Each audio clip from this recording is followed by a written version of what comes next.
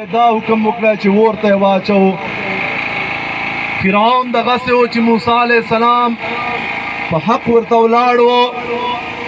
او د سره طاقت زیات و، خلق زیات و، بادشاهي او خدایي دعوه یې کړې وه چې څه نه جوړېدل سوال جواب. بیا یې هغو دشمني او مخالفت حاضرینو دا یې دو شکست ته چې قرآن عظیم 1400 کاله مخکې اعلان کړی دا چې کچېرې دا خدای کلام نه وي بیا که څوک داسې مور وړی بیا د ده غوندې دوه آیتونه درېر جوړ کي، بیا د ده قرآن مجید یو آیت غوندې آیت ور جوړ کي. خو د هغه وخت عرب چې ځان ته به یې چې ویل په عربي چې به یې شعرونه ویل هغه لا جواب اصلي دي. اوس ول کافر به څه شی جواب وکړي.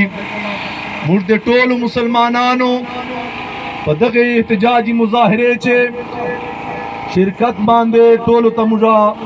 په راتلک خوش آمدید وایو او دا موږ خوش قسمتي ګڼو چې موږ چې دوره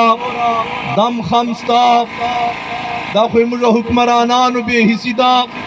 که نه عوام خو هر وخت جهاد ته تیار دي، خو هر قسم تکلیف تیروي. حاضرینو موږ ته د خدای پاک چیرې داسې حکمرانان نصیب کی چې د حضور علیه الصلاۃ والسلام په صحیح معنو چې غلامانی مختبه ټانک موړ باندې عالمان چې بیان درته وکي، بیا به مختجو بازار چې موړ باندې اډې جماعت خواته به بیان وسی، مختبه لاړ سو چوک پور انشاءاللہ العزیز. نن کل پاکستان چې تحریک لبیک پاکستان اعلان دا او موږ دا نه چې نن موږ روزو دا خو د خلکو خبرې هغه خبرې نه دي. موږ صرف چې روزو د حضور علیه الصلاۃ والسلام ختم نبوت مسئله ناموس رسالت مسئله دا د خلکو سوچونه ډېر کم دي چې وایي یو ووټ پاره ته چا جنازې ته ورسه، ووټ پاره ته فاتحه وکړه. دا ذلیل سوچ ته موږ ته دین مصطفیٰ صلی الله علیه وسلم چې شی راکړي دي مجاهدین په نام باندې کوو، مجاهدین په جذبې باندې کوو. موږ نه چا په اشارو باندې چیږو، نه چا په وینا باندې چینېږو. موږ حاضرینو خو نه دی موږ خپل ملک دشمن یو، نه موږ ادارو دشمن یو، نه موږ ته دا سبق چا راکړی ده او نه چاته ورکوو. موږ یو جد و جهد به یي چوره موږ ته اجازت ته کومه طریقه ده چې موږ دین مصطفیٰ صلی الله علیه وسلم نظام راوستولو کوشش وکړو. په ظاهره باندې حالات اسباب نه دي برابر، خو چې رب ذوالجلال مخلص بندگان د ده اخلاص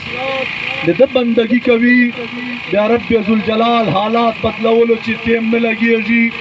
الله تبارک و تعالی مخلصانو ته بیا اجر ورکوي په دې دنیا او په آخرت باندې.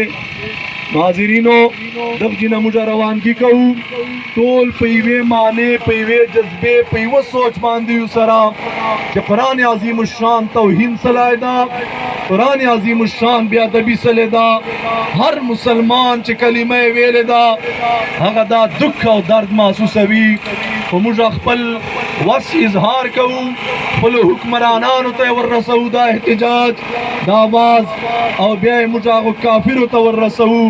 او چې کله نه حضور امیر المجاهدین عاشق رسول حضرت خادم حسین رضوي صاحب دا نعره چیګه کړه چې ګستاخ که د نبي او ګستاخ که د قرآن چې چیرته یې میندوو مړوو یې سرکوزی کوو یې.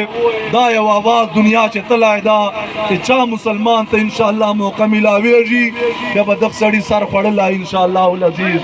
یا رسول الله لبیک لبیک لبیک یا رسول الله لبیک لبیک لبیک یا رسول الله لبیک لبیک. حاضرینو روانګي کوو او ټول زه چې اوس دغه جینه چوک اواز اروي که مخته په دکانو باندې دي دوره بې حسي د نه یي موږ چې یو آواز ته به وایې ته چې توره وایې تورې والو که جایي بیا هلته موږ بونج بیا به توره انشاءالله العزیز ووایو. موږ هیڅ چیش نه په شان نه یو راغلي خو تورې جای خپل د بیا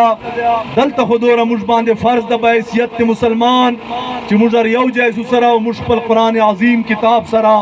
هغه کتاب سره چې قبر چې به موږ سفارش کوي قیامت چې به موږ سفارش کوي دې دپاره زه وایم که ډریور ده که دکاندار ده که کاروباري ده که ملا ده دا ټول قرآن مجید باندې ایمان ده او ټول مینه او محبت ته ورسره